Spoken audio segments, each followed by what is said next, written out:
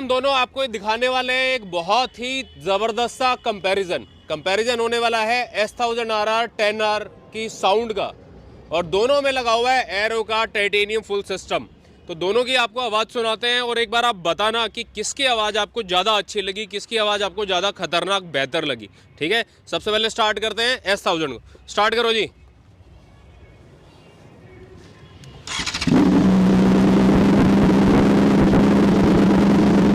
रेव करो।